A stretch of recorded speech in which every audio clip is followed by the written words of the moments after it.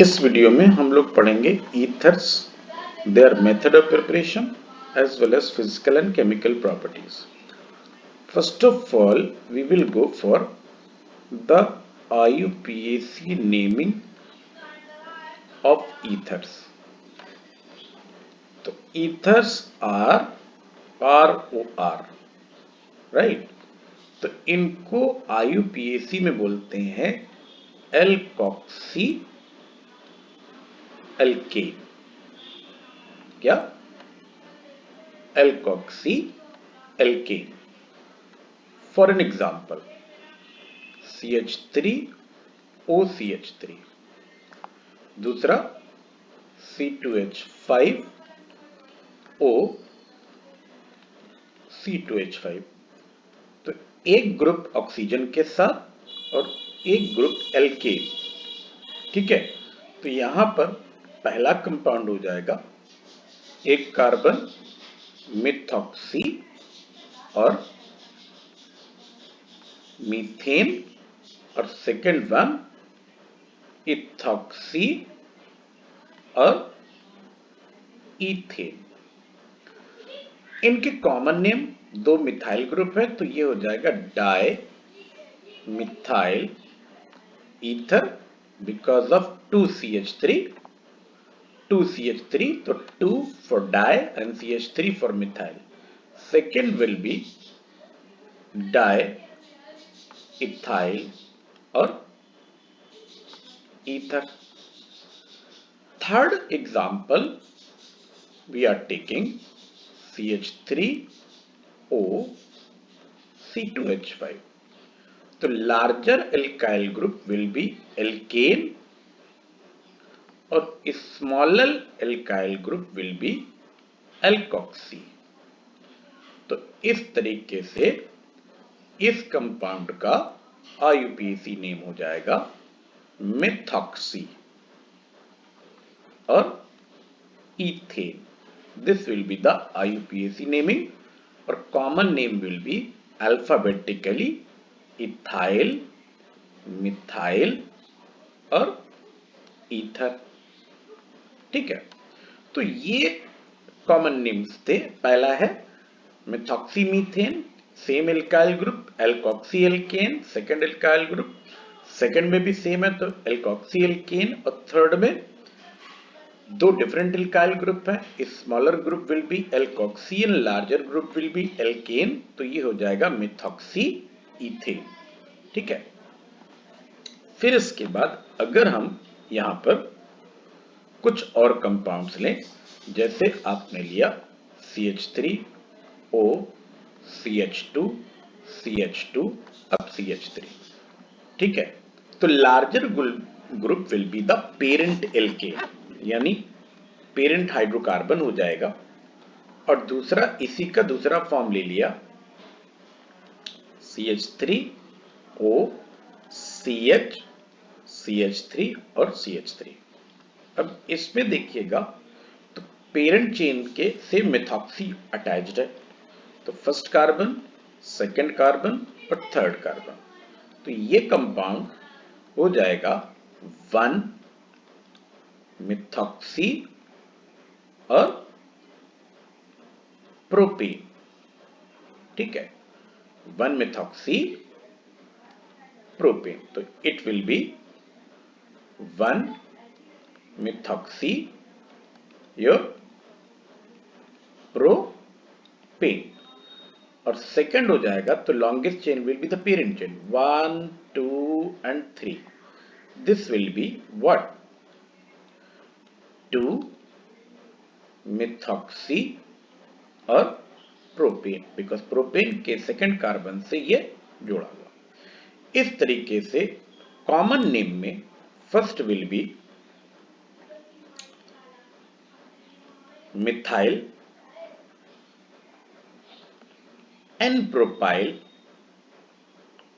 ether and second will be methyl isopropyl ether will be the common name, ठीक है। फिर आते हैं हम लोग नेक्स्ट पर। CH3 C O C CH3 and CH3 and your CH3। तो इसमें लॉन्गेस्ट चेन 1 2 और 3 कोई भी ले लो, तो ये हो गया मिथाइल ग्रुप सब्स्टिट्यूएंट, और ये हो गया मिथऑक्सी। तो मिथऑक्सी और methyl, oxy will come first, yl will come later. तो इस तरीके से इसको बोलेंगे 2 मिथऑक्सी और 2 मिथाइल, और parent chain is of 3 carbon, तो it will be called propane. और चूंकि ये कॉमन नेम में ये टर्शरी ब्यूटाइल ग्रुप है, तो ये हो जाएगा methyl tertiary T butyl ether. ठीक है, तो ये सभी आपके ईथर्स हैं। इसके अलावा कुछ एरोमेटिक ईथर्स भी होते हैं, जैसे बेंजीन और उसके ऊपर OCH3, मतलब ये हो गया CH3OC6H5। इसका नाम होगा IUPAC में मिथॉक्सी, और ये क्या हो जाएगा बेंजीन। और कॉमन नेम में बड़ा इंपॉर्टेंट नेम है, बहुत अक्सर पूछा जाता है, एनिसॉल। तो anisole is the common name of methoxy benzene. And next is your, अगर हम C2H5 ग्रुप लगा दें तो ये हो जाएगा इथॉक्सी बेंजीन। जैसे first one is anisole is ethoxy benzene, तो ये कंपाउंड हो जाएगा एनिसॉल इज मिथॉक्सी बेंजीन, तो ये कंपाउंड हो जाएगा इथॉक्सी बेंजीन। इथॉक्सी बेंजीन को फिनाइटॉल भी कहते हैं। ठीक है, क्या कहते हैं? फिनाइटॉल। ठीक, तो these are some common and IUPAC names of ethers. Now we are coming to methods of preparation. So when you go for the methods of preparation, तो first reaction come in our mind कि these are prepared by, first is from alkyl halide, from alkyl halides या halo alkanes, मतलब कोई RX लिया और अगर इसको dry silver oxide के साथ हीट किया, किसको? Dry silver oxide. ये एक न्यूक्लियोफिलिक सब्स्टिट्यूशन रिएक्शन है, जिसमें कि न्यूक्लियोफाइल होगा ऑक्साइड आयन O2 नेगेटिव। तो यहां पर इसको 2 जो है एल्काइल हैलाइड चाहिए, तो ये बनाएगा R2O, that is ether plus 2AgX। मतलब अगर आप इसको मिथाइल क्लोराइड के साथ रिएक्ट कराते हो CH3Cl, तो 2 molecules of methyl chloride will be used, and when it is heated with dry silver oxide, dry Ag2O, on heating it will form CH3 whole twice O, that is CH3O CH3 plus 2AgCl, already knowing कि इसका नाम है di methyl ether, या इसी को कहते हैं IUPAC में methoxy methane. We can also prepare ethoxy ethane by the same method. ठीक है, सेकेंड मेथड प्रिपरेशन है फ्रॉम डायएजोमीथेन।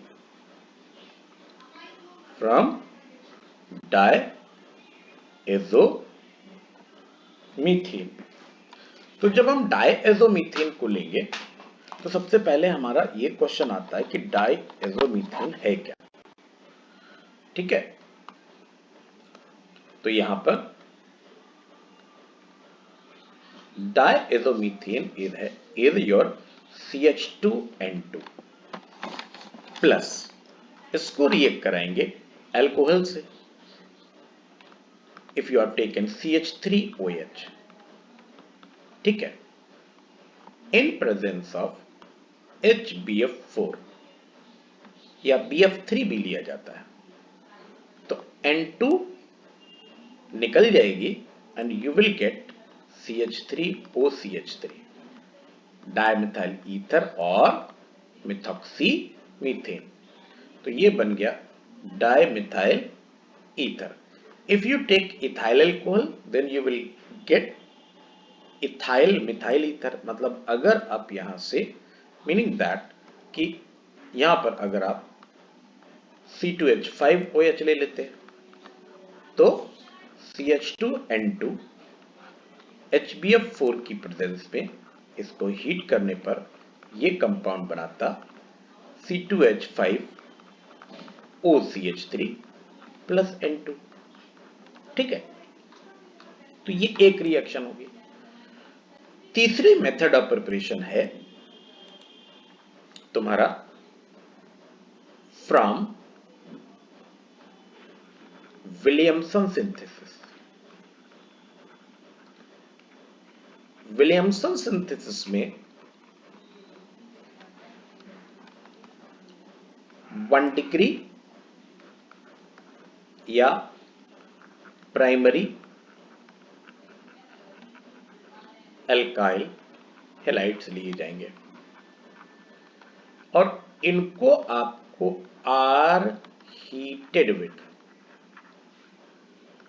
किसके साथ, सोडियम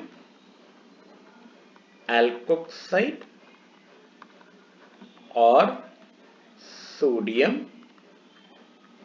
फिनॉक्साइड, क्या, सोडियम एल्कोक्साइड और sodium phenoxide to give ether,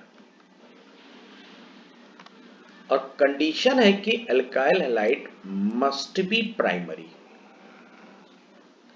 Williamson synthesis की ये मेन प्रॉपर्टी है कि alkyl halide must be primary, मतलब you can take CH3Cl, you can take CH3CH2Cl, that is methyl chloride, ethyl chloride और any 1 degree alkyl halide, तो CH2 जिस पे हो, जिसपे CH2 से हैलोजन अटैच्ड हो, तो वो 1 डिग्री होगा, तो ये आपका इथाइल क्लोराइड हो गया।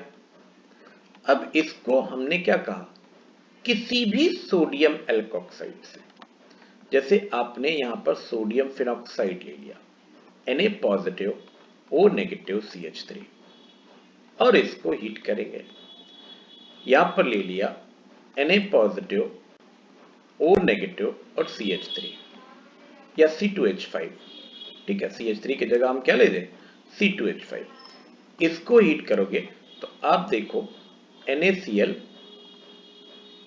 रिमूव होगा और बनेगा मिथॉक्सी मीथेन या डाइमिथाइल ईथर प्लस NaCl.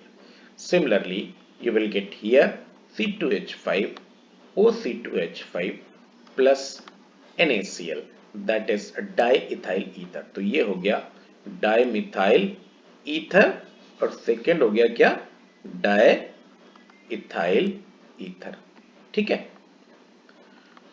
तो विलियमसन सिंथेसिस की खासियत है कि वो हमेशा 1 डिग्री अल्काइल हैलाइड को ही लेगी, 2 डिग्री या 3 डिग्री नहीं लेगी, वो हम आगे देखेंगे। अब यहां से मान लीजिए मिथाइल क्लोराइड लिया और इसको किसी भी सोडियम एल्कोक्साइड से, like we are taking O negative CH CH3 और CH3, इसके साथ हीट करें तो क्या होगा, अगेन ब्लॉक में देखिए NaCl इज गेटिंग रिमूव्ड, तो बन रहा है CH3O CH CH3 CH3 plus NaCl, तो ये बन गया 1 2 3 meaning 2-methoxypropane. तो this is also ether. तो 2-methoxypropane. If you will take another alkyl halide like C2H5Cl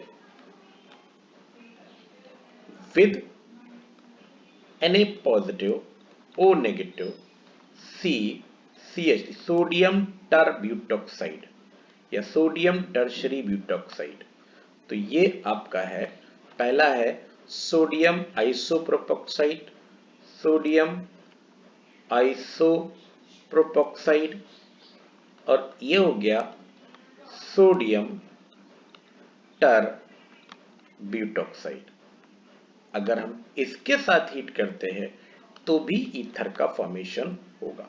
तो C2H5O C CH3 CH3 CH3 plus NaCl। तो हमने क्या लिया, एल्काइल हैलाइड या तो मिथाइल हैलाइड हो या कोई भी प्राइमरी एल्काइल हैलाइड हो। Suppose you are taking CH3Cl plus Na positive, O negative and C6H5. This is called sodium phenoxide. मान लीजिए हम इसको सोडियम फिनॉक्साइड के साथ हीट करते हैं तो क्या बनता, तो भी NaCl निकल जाएगा और बनेगा CH3O C6H5 प्लस NaCl, मतलब ये बन जाएगा methoxy benzene which is also called what, anisole. ठीक है, और ये बड़ी इंपॉर्टेंट रिएक्शन है विलियमसन सिंथेसिस में टू प्रोड्यूस दैट एनिसोल। तो अब यहां पर क्वेश्चन क्या पूछा जाएगा, क्वेश्चन पूछा जा सकता है कि कन्वर्जन में फिनॉल टू एनिसोल, ये कन्वर्जन कॉमन कन्वर्जन है विलियमसन सिंथेसिस का जो अक्सर पूछा जाता है। यानी आपने क्या किया, फिनॉल को, जैसे C6H5OH, इसको पहले आपने NaOH से रिएक्ट कराया, तो यहां से क्या होगा, वाटर निकल जाएगा, फिनॉल का H पॉजिटिव एंड NaOH का OH negative will give rise to water, और यहां से मिलेगा आपको O negative Na positive, that is sodium phenoxide. और सोडियम फिनॉक्साइड बनने के बाद अब इसको हमने alkyl halide that is methyl chloride के साथ रिएक्ट कराना है, तो यहां से निकल जाएगा व्हाट, NaCl। क्या निकल जाएगा, NaCl, and you will gate OCH3 यानी मिथॉक्सी बेंजीन, या यही कहलाएगा एनिसोल। ठीक है, अब वो ये भी कह सकता है कि फिनॉल टू फिनेटॉल,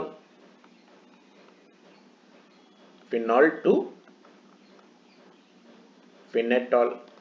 तो आपने क्या, फिर वही प्रोसेस रिपीट किया, आपने लिया phenol C6H5OH and was treated with aqueous NaOH.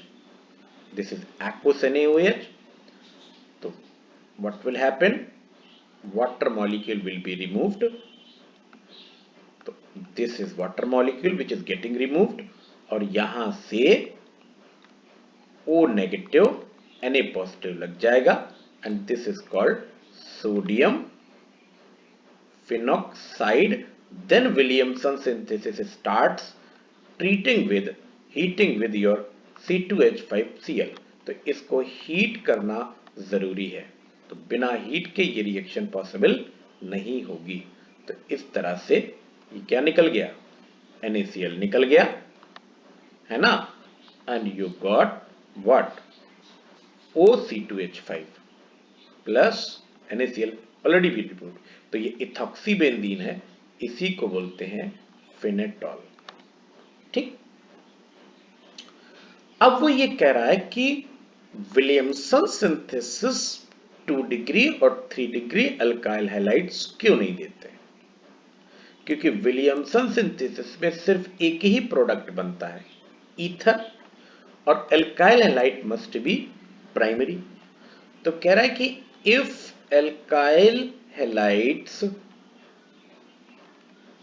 Are secondary और tertiary, then dehydrohalogenation reaction will take place to form alkene as the major product of the reaction। तो keep in mind this statement, यानी इस statement को आपको अपने दिमाग में रखना है। क्या? अल्काइल हैलाइड अगर सेकेंडरी या टर्शरी हो तो dehydrohalogenation reaction will take place. क्या होगा? Dehydrohalogenation reaction will take place, और क्या बनेगा? Alkene will be the major product of the reaction, यानी ईथर बनेगा, साथ में उसके एल्कीन बनेगी, और एल्कीन जो होगा वो रिएक्शन का मेजर प्रोडक्ट होगा। अब ऐसा क्यों? तो पहले तो हम 2 डिग्री अल्काइल हैलाइड लेंगे। Suppose you have taken CH3, CH, Cl और CH3, ठीक है, या 3 डिग्री अल्काइल हैलाइड लिया, टर्शरी ब्यूटाइल क्लोराइड ले लिया सपोज, ठीक है, आपने क्या ले लिया? टर्शरी ब्यूटाइल क्लोराइड, और आप रिएक्ट जो करा रहे हो, suppose you are making the reaction with Na positive and O negative C2H5, मतलब C2H5ONA के साथ इसको हीट करो। आपको पता है कि इथाइल ग्रुप पर प्लस आई इफेक्ट है। प्लस आई इफेक्ट होने की वजह से अगर ये OH नेगेटिव होता तो बेटर न्यूक्लियोफाइल होता। ये स्ट्रॉन्गर बेस है बट पुअर न्यूक्लियोफाइल। दूसरी बात, 2 डिग्री अल्काइल हैलाइड के जो अल्काइल ग्रुप हैं ऑल अराउंड जो अटैच्ड हैं, वो क्या करते हैं? CCl बॉन्ड को हाइड कर लेते हैं। तो यहां पर दोनों में लगता है स्टेरिक हिंड्रेंस ऑफ बल्कि अल्काइल ग्रुप्स। क्या लगता है? स्टेरिक हिंड्रेंस ऑफ बल्कि अल्काइल ग्रुप, जो इस रिएक्शन को ईथर बनने से रोकता है, क्योंकि CCl बॉन्ड को क्या करेगा? वो छुपा लेगा। यानी स्टेरिक हिंड्रेंस का मतलब होता है to hide the CX bond. तो अब तो इन दोनों में क्या हो जाएगा? स्टेरिक हिंड्रेंस लगेगा, और जब स्टेरिक हिंड्रेंस लगेगा तो उसके बाद ये रिएक्शन आपकी कुछ इस तरीके की हो जाएगी। मतलब यहां पर आपको 2 एल्काइल हैलाइड मॉलिक्यूल्स लेने पड़ेंगे, ठीक है, जिसमें कि एक अल्काइल हैलाइड पहले वो डिहाइड्रोहैलोजिनेशन कॉज करेगा। देखिए HCl निकलता, क्योंकि स्टेरिक हिंड्रेंस लग रहा है, और 2 हो गए, हमने ले लिए सोडियम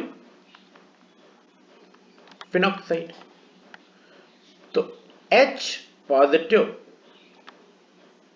C2H5O नेगेटिव के O से कंबाइन किया तो इसने बना दिया C2H5OH प्लस Cl नेगेटिव और Na positive converted into NaCl plus, this is एक के लिए।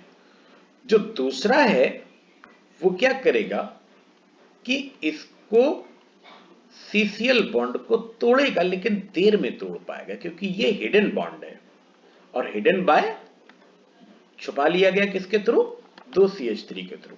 तो दूसरा इथॉक्साइड आयन इस Cl को तोड़ेगा, यानी 2 NaCl बन गए और बनेगा CH3CH double bond CH2, first one से आइसोप्रोपाइल क्लोराइड से और सेकेंड आइसोप्रोपाइल क्लोराइड से बनेगा 2-इथॉक्सी प्रोपेन।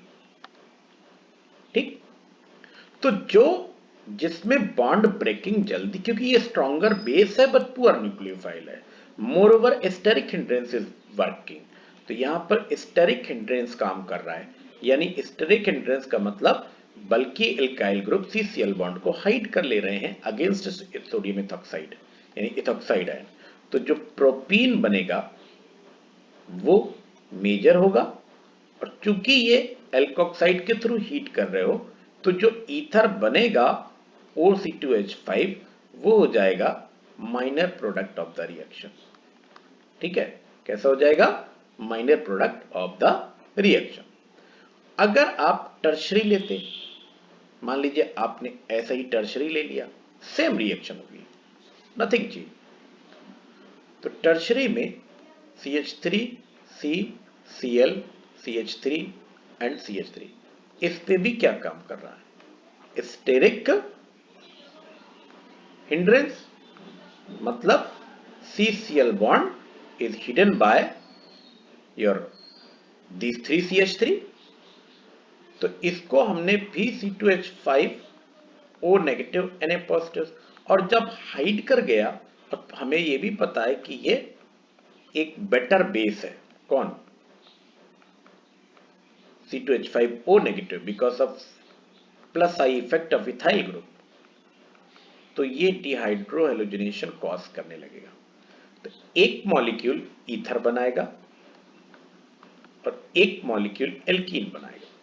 जो एल्कीन बनेगा वो मेजर प्रोडक्ट होगा CH3 C double bond CH2 and CH3 plus दूसरा ईथर बनेगा तो बन जाएगा CH3 C OC2H5 CH3 and CH3 plus इस तरह से 2 NaCl बनेंगे और एक मॉलिक्यूल बन जाएगा C2H5OH का, क्योंकि ये डिहाइड्रो हेलोजनेशन, तो H भी निकला है, H C2H5O नेगेटिव से कंबाइन करके C2H5OH बना लेगा और एक C2H5O नेगेटिव Cl को हटा देगा। लेकिन जो एल्कीन बन रहा है वो आइसोब्यूटीन है, and this will be the major product of the reaction, and this is because of steric hindrance. तो रीजन सिर्फ एक है कि 2 degree and 3 degree alkyl halides whenever are heated with sodium alkoxide they will form alkene as the major product of the reaction। ठीक है, फिर एक reaction हम लोगों ने पढ़ी थी किसमें, अल्कोहल में, dehydration of alcohol.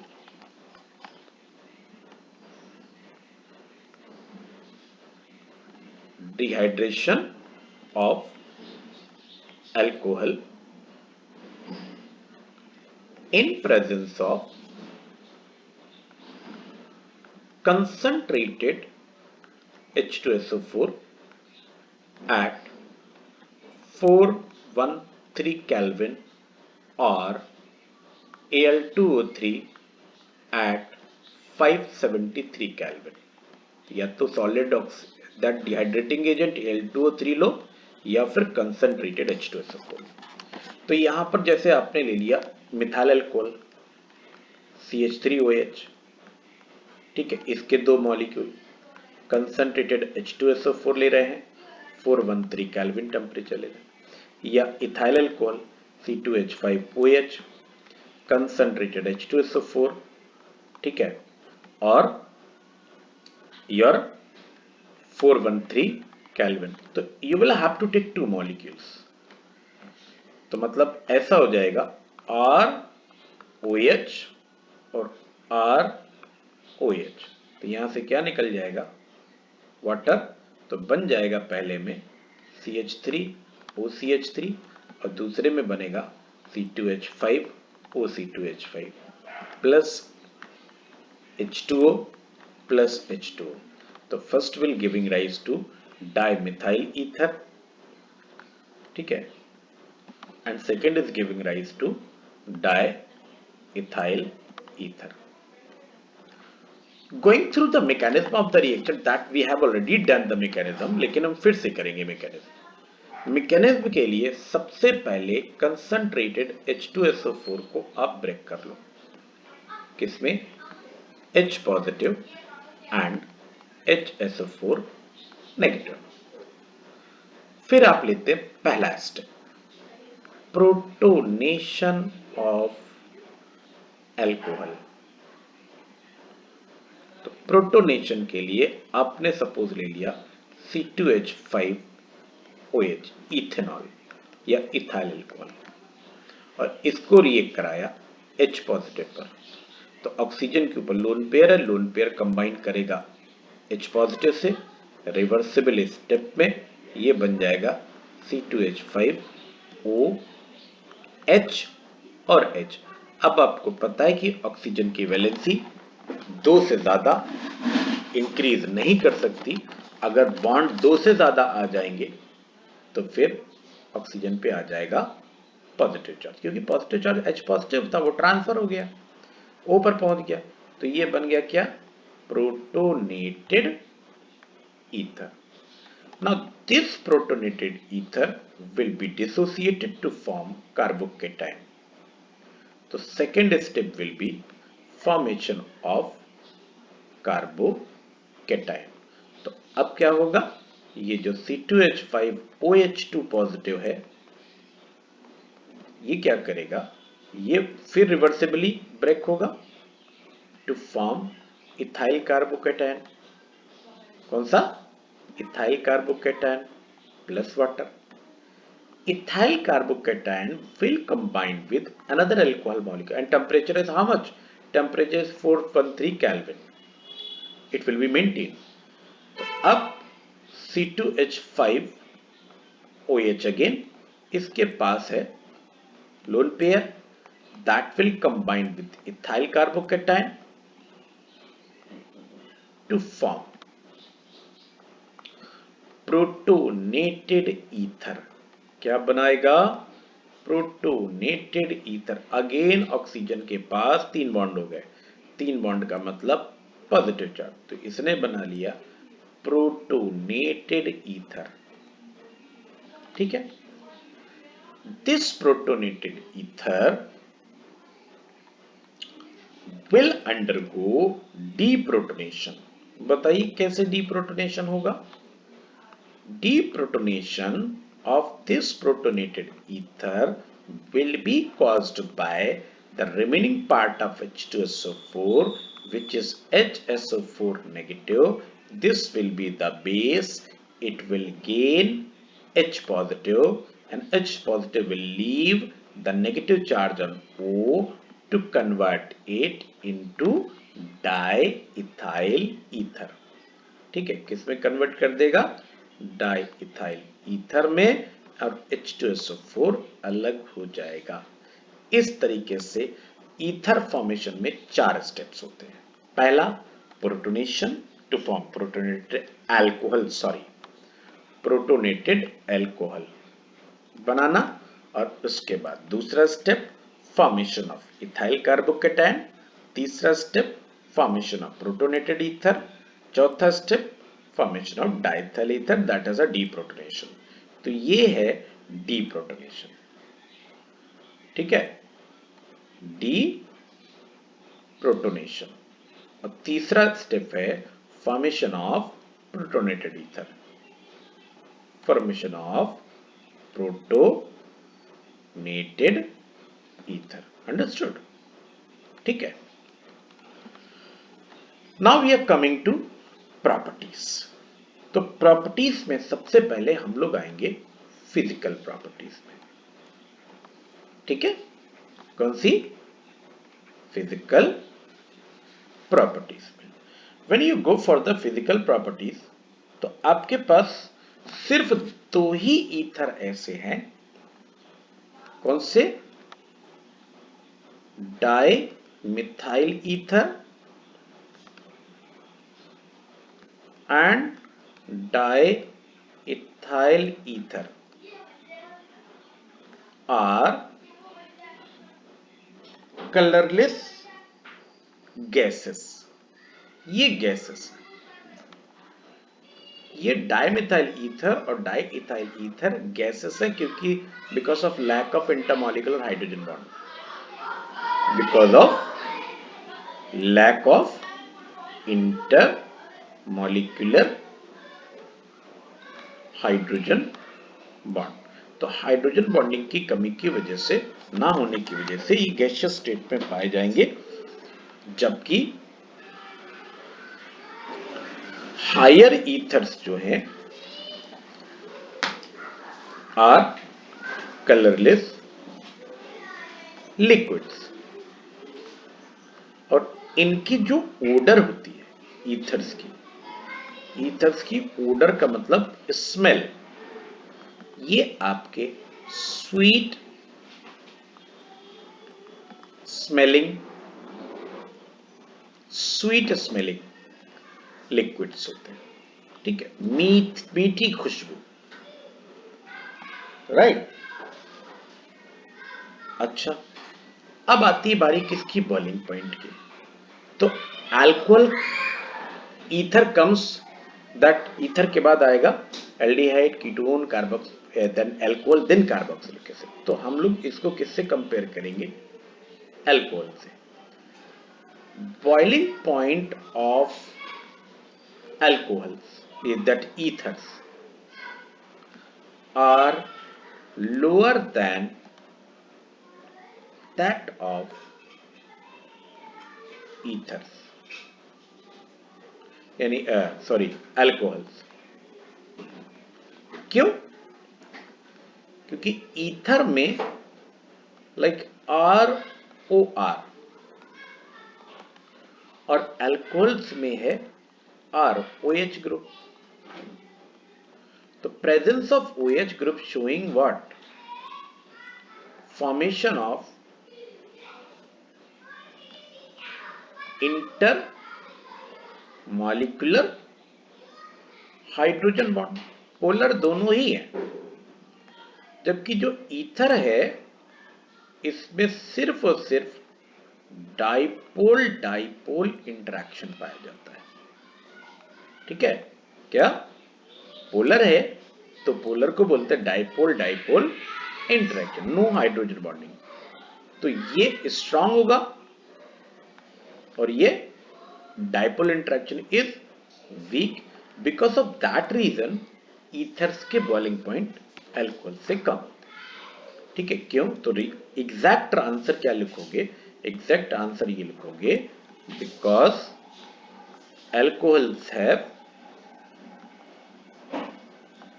intermolecular hydrogen bond while ethers have dipole interaction which is weaker than intermolecular hydrogen bond. तो हाइड्रोजन बॉन्डिंग की वजह से अल्कोहल देर में वेपराइज होंगे, जबकि ईथर जल्दी वेपराइज हो जाएंगे, ठीक है। अब आती है बारी किसकी, सॉल्युबिलिटी की। दो ethers do not have intermolecular hydrogen bond but they can form intermolecular hydrogen bond with water, ठीक है। Note,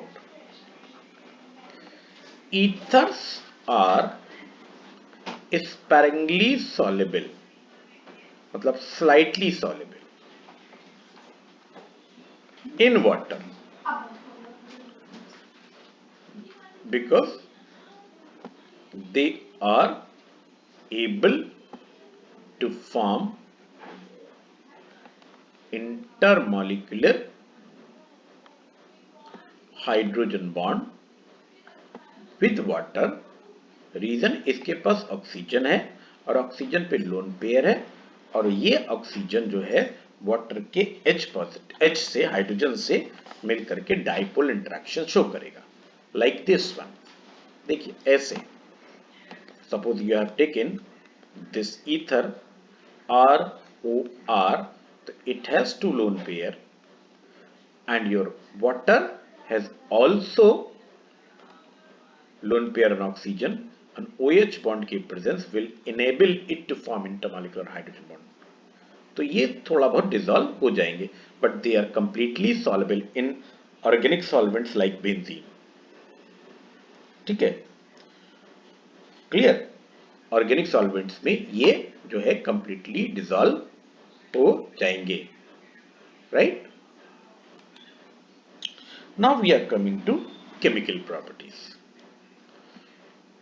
when we are going to the chemical properties of ethers, देखिए भैया,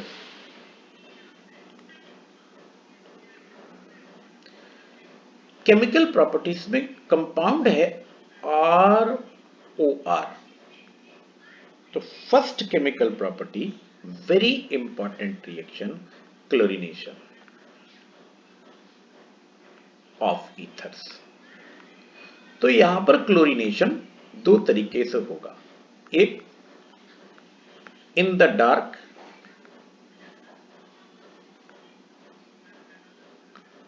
ऑन हीटिंग, और दूसरा होगा in presence of UV light. एक तो dark में हीट करने पर, दूसरा यूवी लाइट के प्रेजेंस में। जब आप डार्क में हीट करते हो तो आपके पास कंपाउंड बनेगा CH3। सपोज आपने डाई इथाइल ईथर ले लिया, ठीक है, क्या ले लिया? डाई इथाइल ईथर, और इसको क्लोरीन से रिएक्ट करा रहे हैं। इसको हीट करेंगे, डार्क में हीट करेंगे तो क्या बनेगा? देखिए, जैसे हमने CH2 CH3 CH2 लिखा, हमने इसको ये ना लिख करके हम लिख देते CH then single bond H और CH then single bond H। तो यहां से जो आपका, ठीक है,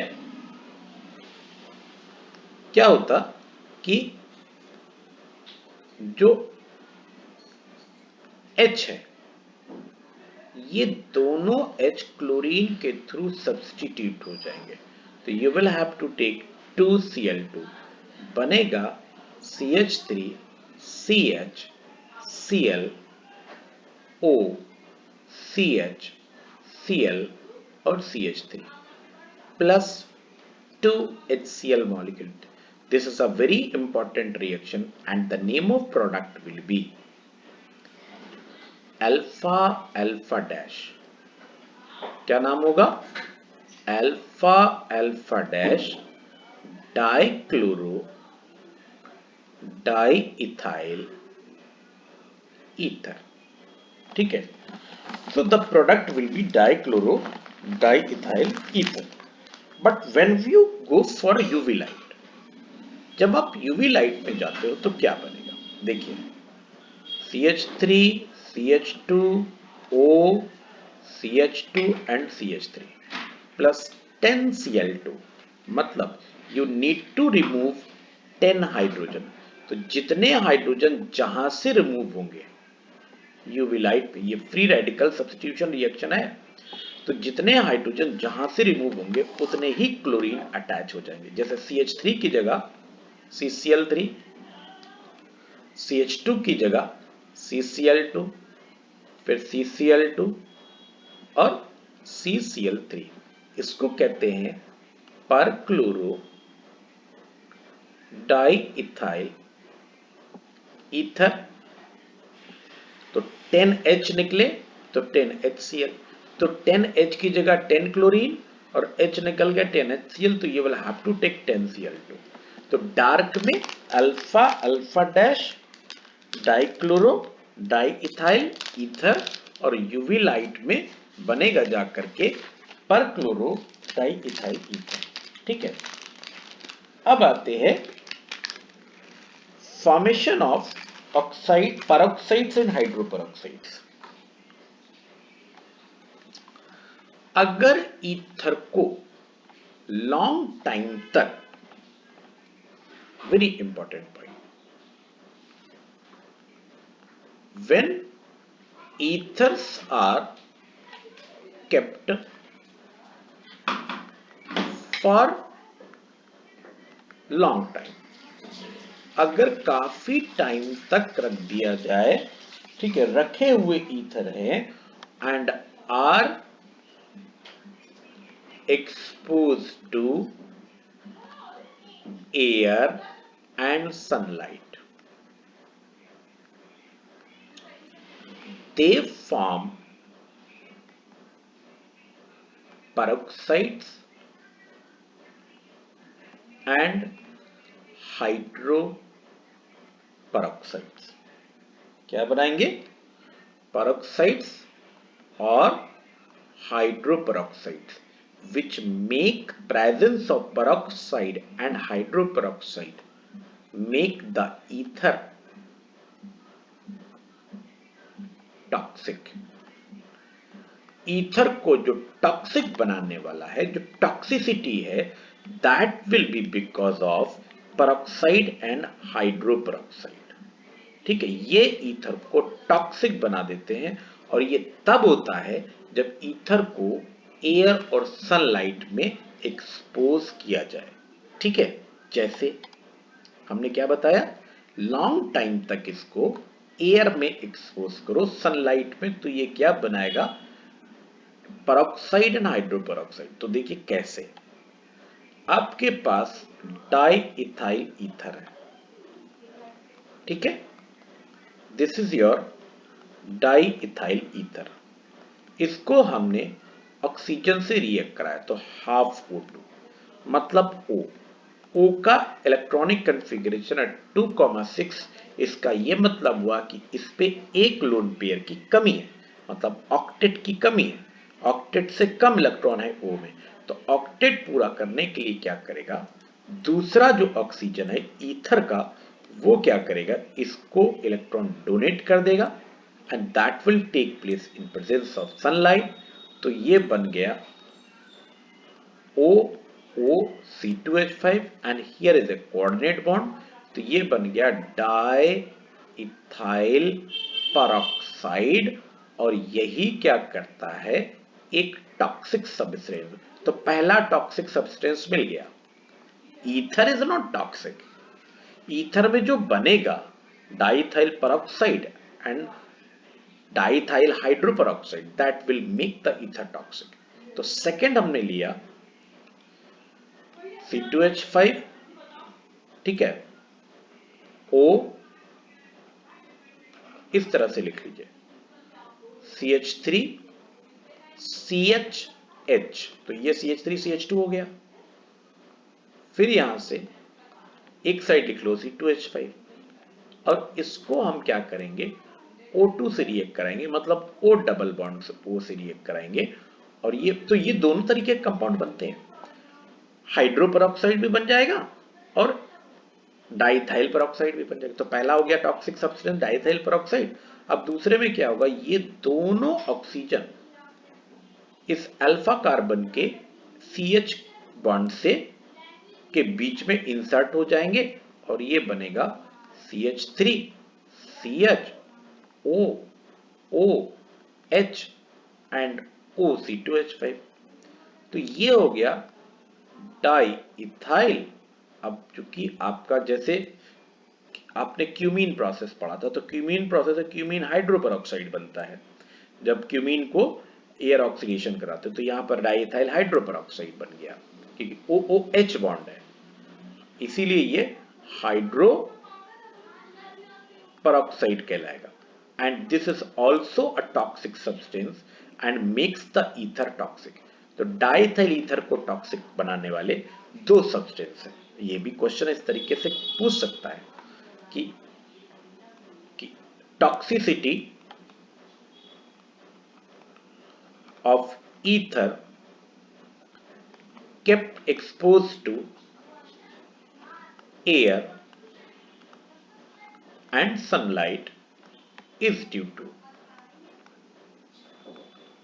formation of 1।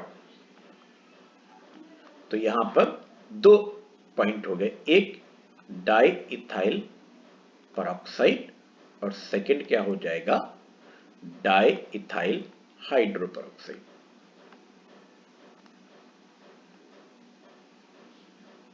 ठीक, तो ये आपका हो गया। अब कभी कभी क्या होता है कि ईथर को एज सॉल्वेंट यूज करा जाता है, ज्यादातर ईथर जो है एज सॉल्वेंट यूज करा जाता है। तो सॉल्वेंट यूज करने से पहले ये चेक किया जाए कि क्या इसमें टॉक्सिसिटी है। तो यहां पर जो presence of di ethyl peroxide and hydroperoxide is detected by treating the ether with freshly prepared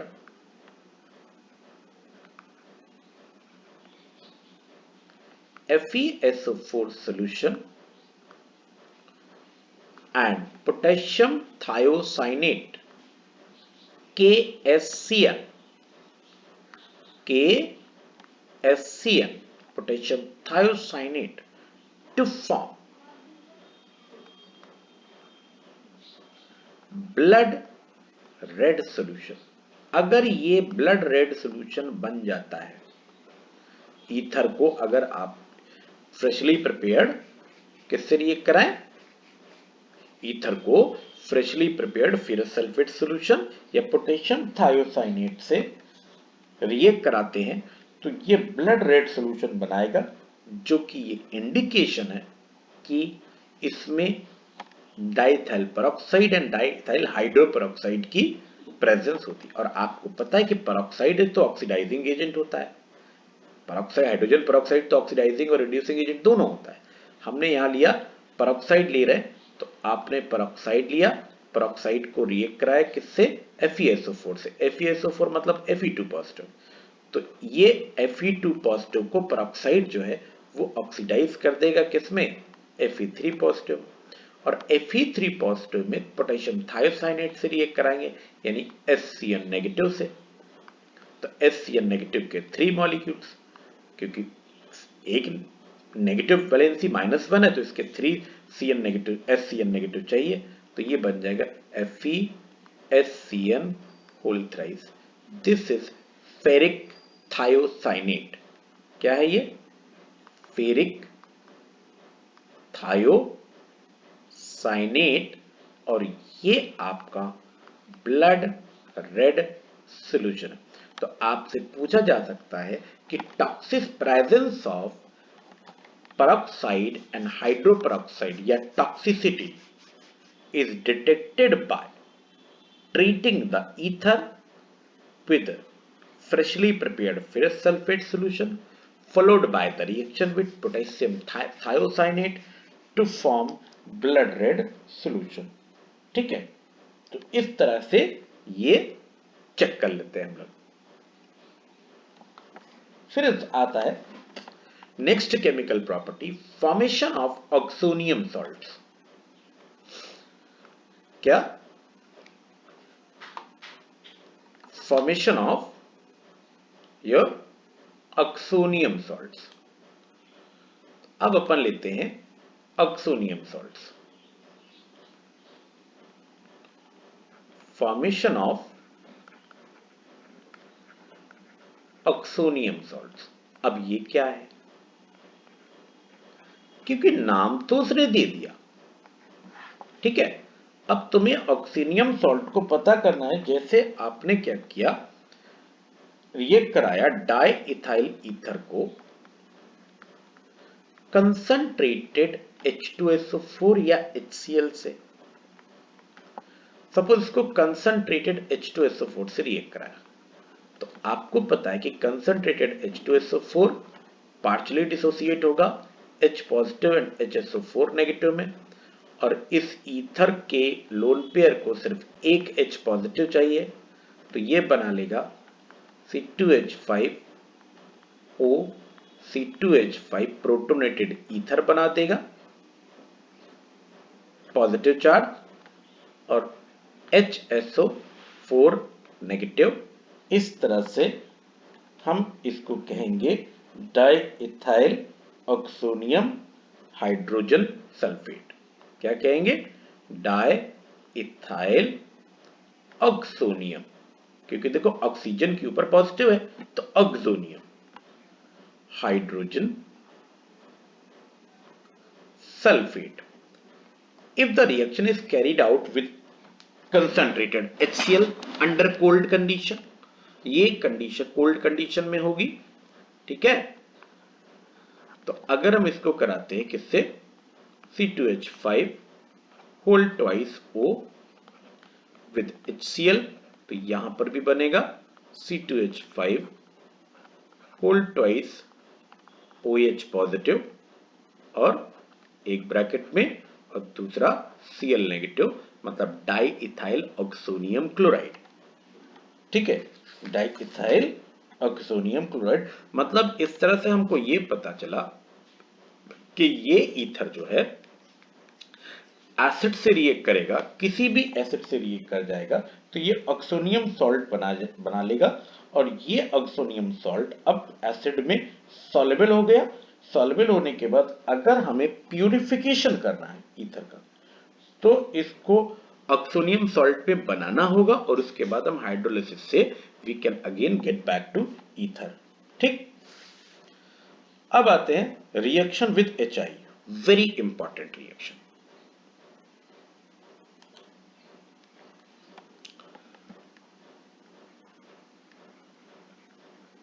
reaction with HI बहुत इंपॉर्टेंट रिएक्शन है। देखिए, सबसे पहली रिएक्शन, अगर हम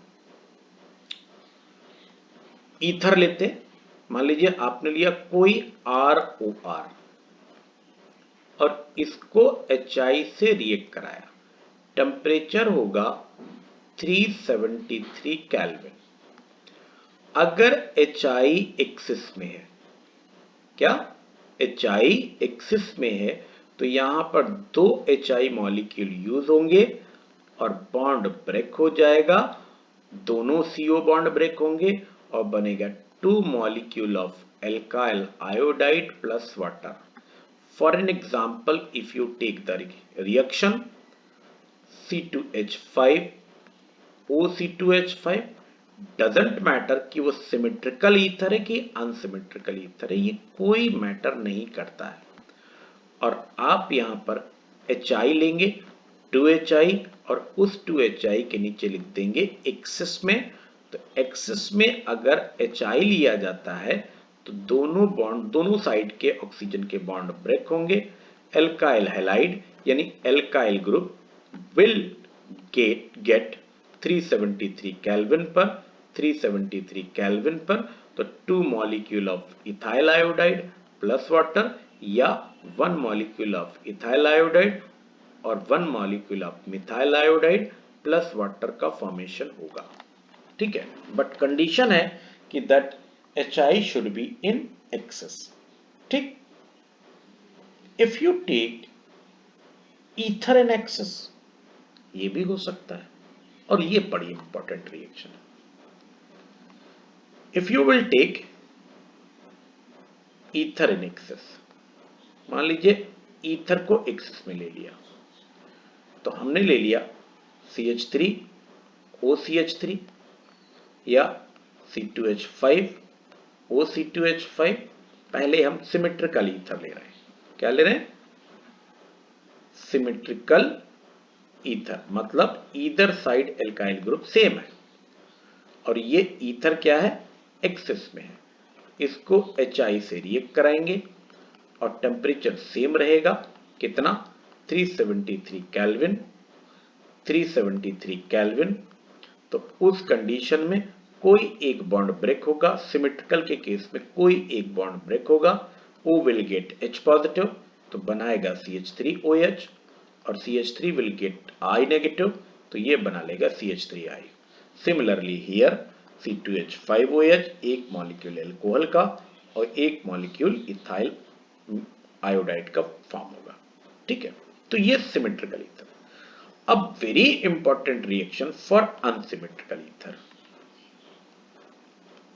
note, for unsymmetrical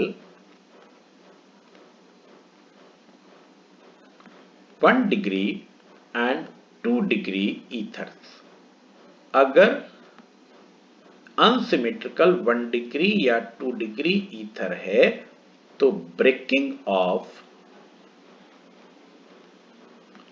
CO bond will take place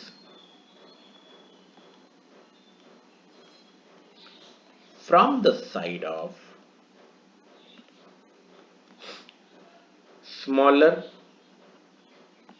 alkyl group. This point is to remember because of steric hindrance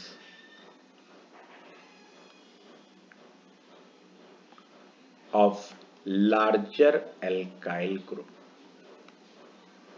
बड़े alkyl group के steric hindrance होने की वजह से छोटे एल्काइल ग्रुप के साइड से CO बॉन्ड की ब्रेकिंग होगी।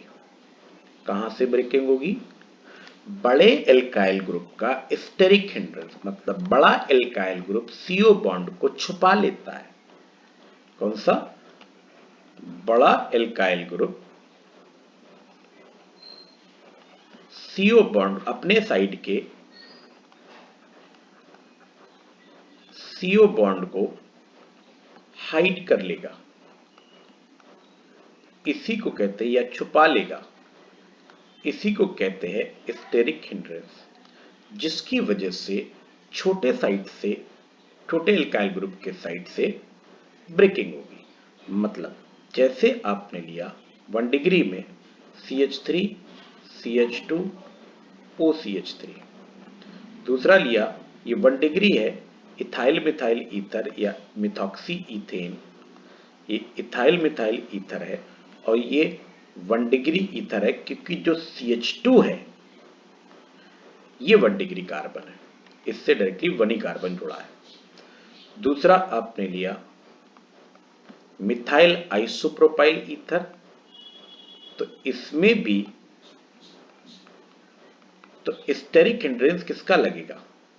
स्टेरिक हिंड्रेंस बड़े वाले एल्काइल ग्रुप का लगेगा। यानी ये क्या करेगा, इस जो CO बॉन्ड है उसको हाइड कर देगा।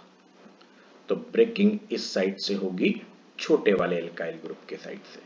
तो plus HI at 373 Kelvin, and remember that ether will be taken in axis. कौन एक्सिस में लिया जाएगा? ईथर एक्सिस में लिया जाएगा। तो फिर O will get H positive to form alcohol, alcohol में ज्यादा कार्बन हो जाएंगे और एल्काइल हैलाइड में कम कार्बन हो जाएंगे। इस तरीके से आइसोप्रोपाइल अल्कोहल बनेगा और मिथाइल आयोडाइड बनेगा या इथाइल अल्कोहल बनेगा एंड मिथाइल आयोडाइड का फॉर्मेशन होगा। तो दिस मस्ट बी रिमेम्बर्ड कि अगर 1 डिग्री और 2 डिग्री ईथर हैं तो ये 1 डिग्री 2 डिग्री ईथर के लार्जर एल्काइल ग्रुप्स जो होते हैं ये क्या करेंगे कि आपके अपने साइड के CO बॉन्ड को यानी लेफ्ट साइड के CO बॉन्ड को ये हाइड कर ले रहे हैं, जिसको बोलते हैं स्टेरिक हिंड्रेंस। इसकी वजह से स्मॉलर साइड से ही ब्रेकिंग होगी, मतलब इस तरीके की ब्रेकिंग होगी। ठीक है, तो एक ज्यादा कार्बन का अल्कोहल बनेगा और कम कार्बन का एल्काइल आयोडाइड बनेगा।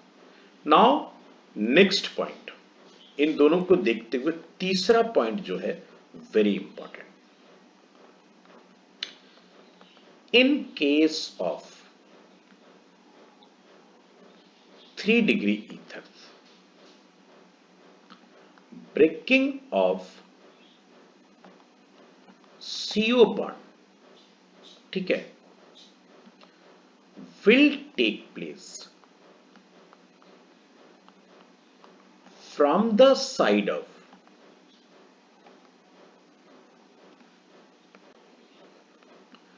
larger alkyl group, because plus I effect of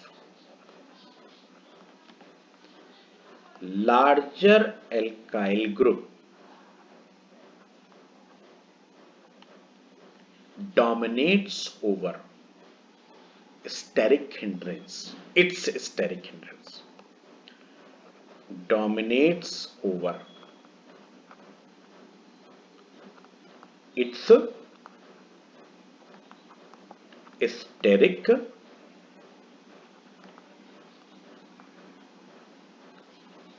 hindrance.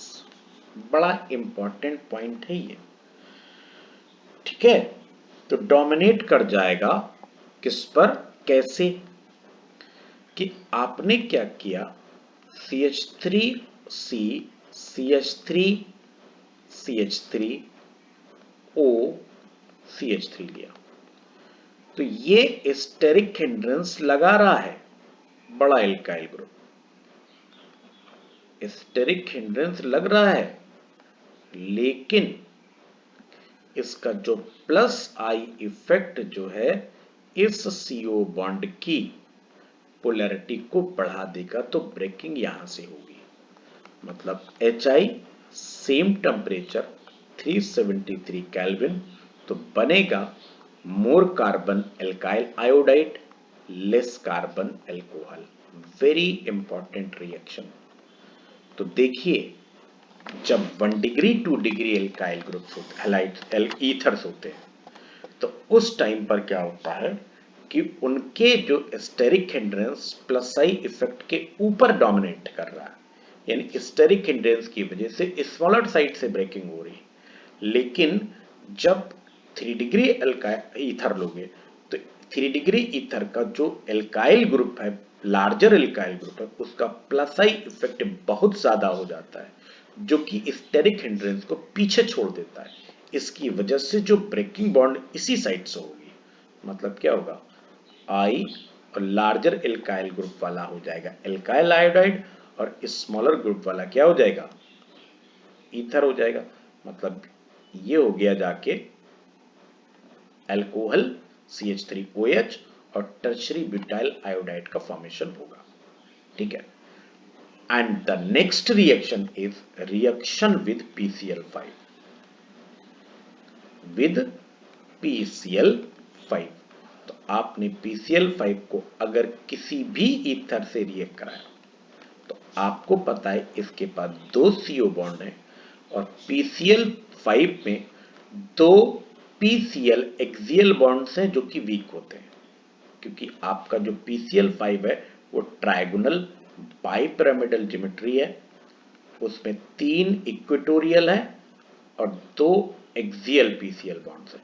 तो एक्सियल वाले जो ज्यादा वीक होते हैं, लॉन्गर होते हैं, और ये आसानी से टूट जाएंगे, तो ये बनाएगा क्या, 2 C2H5Cl molecule plus remaining part, phosphorus का 5 वैलेंसी पूरी रखनी है, वो एक ऑक्सीजन को कंबाइन करेगा डबल बॉन्ड के साथ में, तो ये बन जाएगा POCl3, ठीक है। इस तरह से हमारा ईथर जो है वो प्रिपेयर हो गया, इसकी केमिकल फिजिकल प्रॉपर्टी सारी होगी। अब आते हैं एक रिएक्शन और, कि अगर आप एनिसॉल लेते, दैट वी वर फॉरगेटिंग, कि अगर आप एनिसॉल लेते या आप फिनेटॉल लेते, मान लीजिए ये दोनों कंपाउंड लिए, आपने एनिसॉल लिया या फिनेटॉल लिया, अब इसको जब HI से रिएक्ट कराओगे तो क्या होगा, temperature will remain same 373 kelvin, और ईथर जो होगा वो एक्सेस में होगा। तो बॉन्ड की ब्रेकिंग कहां से होगी, देखिए, मान लीजिए आप एक एनिसॉल को ही ले लो, इसमें पाई बॉन्ड्स हैं और OCH3 है, O पर है lone pair, lone pair conjugation में होगा तो यहां पर जो CO बॉन्ड है वो आपका होगा पार्शियल डबल बॉन्ड कैरेक्टर, ठीक है, डबल बॉन्ड कैरेक्टर जो कि स्ट्रॉन्ग बॉन्ड होगा तो ब्रेक नहीं होगा, तो फिर ब्रेकिंग होगी एल्काइल ग्रुप के साइड से होगी, मतलब बनेगा जाकर के फिनॉल प्लस मिथाइल आयोडाइड या फिनेटॉल से फिनॉल प्लस इथाइल आयोडाइड का फॉर्मेशन होगा, ठीक है। इस तरह से हमारा ईथर पूरा एक एक पॉइंट कंप्लीट हो गया और इसके बड़े इंटरेस्टिंग क्वेश्चंस हैं starting from chlorination, dehydration, chlorination dark में, क्लोरीनेशन यूवी लाइट में, और दूसरा है विलियमसन सिंथेसिस, और तीसरी रिएक्शन है आपकी reaction with HI। These reactions are very important and next will work the toxicity of ether कि टॉक्सिक कैसे हो जाता है। तो मैंने आपको बताया कि इथॉक्साइड पेरोक्साइड, इथाइल पेरोक्साइड या इथाइल हाइड्रोपेरोक्साइड की वजह से डाइथाइल पेरोक्साइड या डाइथाइल हाइड्रोपेरोक्साइड वजह से टॉक्सिक हो जाता है, और टॉक्सिसिटी चेक करने के लिए हमने freshly prepared ferrous sulphate solution से रिएक्ट कराया। उसके बाद पोटेशियम थायोसाइनेट से, जिससे कि कलर में ब्लड रेड कलर का सॉल्यूशन बन गया, और that shows the presence of diethyl peroxide and diethyl hydroperoxide which makes the ether toxic, ठीक है। और इस तरह से हमारा पूरा ईथर कंप्लीट हो गया। Thank you.